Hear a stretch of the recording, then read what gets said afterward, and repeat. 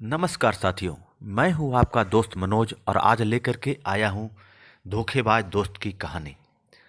तो चलिए बिना देर किए हुए कहानी को शुरू करते हैं। सुंदरबन जंगल में एक हिरन रहता था और वहीं पर एक नदी थी जिसमें कि एक मगरमच्छ रहता था। दोनों में काफ़ी अच्छी मित्रता थी।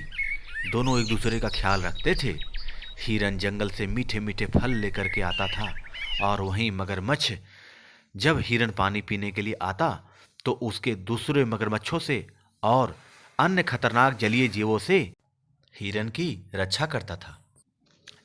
दोनों की दोस्ती काफी गहरी थी, लेकिन उनकी दोस्ती में क्या होने वाला था वो जानकर आप हैरान हो जाएंगे।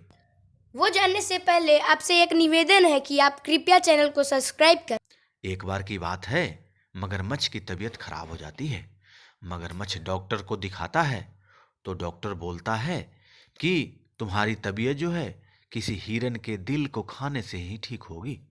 मगरमच्छ चिंता में पड़ जाता है।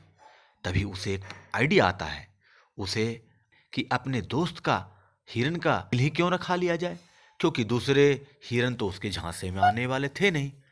तो इसके लिए उसने एक प्लान बनाया। एक बार की बात है, जब उसका दोस्त हिरन नदी के किनारे आया तो मगरमच्छ उसके पास गया। मगरमच्छ हिरन से कहता है कि दोस्त, बहुत दिन हो गए, तुम हमारे साथ में सैर पे नहीं गए हो। चलो हम तुम्हें आज नदी की सैर कराते हैं। तो हिरन उस पर बहुत विश्वास करता था क्योंकि दोनों में गहरी मित्रता थी। हिरन उसकी बात मान लेता है और उसके साथ नदी की सैर करने के लिए चला जाता है। जब मगरमच्छ बीच नदी में जाता है तो हिरन से अपनी मंशा बताता है। हिरन बुद्धिमान रहता है। हिरन बोलता है कि दोस्त, दोस्त के लिए तो सब कुछ न्यौछावर है, लेकिन दोस्त मेरे से गलती हो गई। मैं ना दिल किनारे पर ही छोड़ आया क्योंकि तुमने तो उस टाइम बताया नहीं। तो मगरमच्छ उसकी बात मान लेता है। बोला चलो मेरे को नदी किनारे ले चलो।